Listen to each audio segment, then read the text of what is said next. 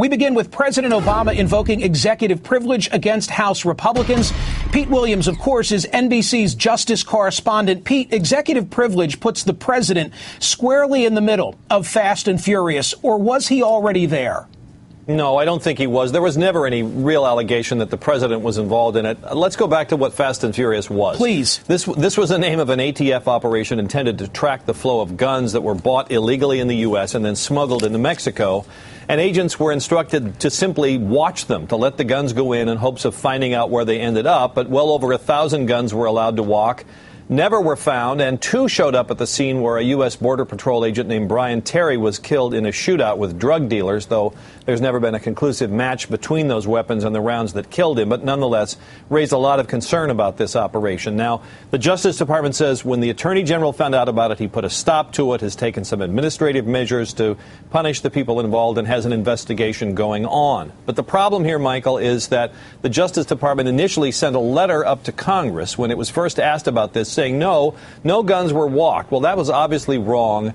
And now the committee, the Congress, wants to know how was it that the Justice Department said that thing wrong in the first place, and what did it then do when Congress started to investigate? So that's the documents that this fight is all about. And it's been catnip for conservatives who already have had antipathy toward Attorney General Eric Holder. So is it now politics or is it substance?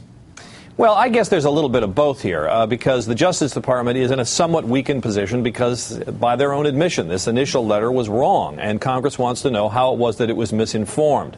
On the other hand, undoubtedly, there's some politics involved here. The Attorney General says he thinks this is entirely a political sideshow. I'll let others decide what the degree is. But now here's where it gets tricky. The committee voted today to recommend contempt. That goes now to the full House. If the full House votes contempt, Michael, there's a federal law that says it goes to the U.S. Attorney for the District of Columbia, who works for the Justice Department, and he, under federal law, must convene a grand jury to see whether the Attorney General should be indicted for a misdemeanor, for contempt of Congress. Now, there's 2 tricks here. One is there's a longstanding view of the Justice Department that Congress can't tell it what to do.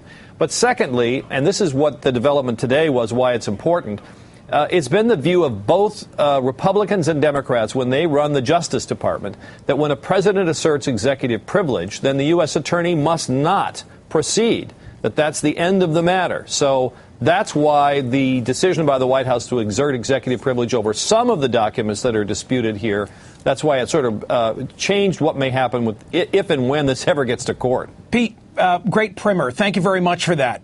You bet.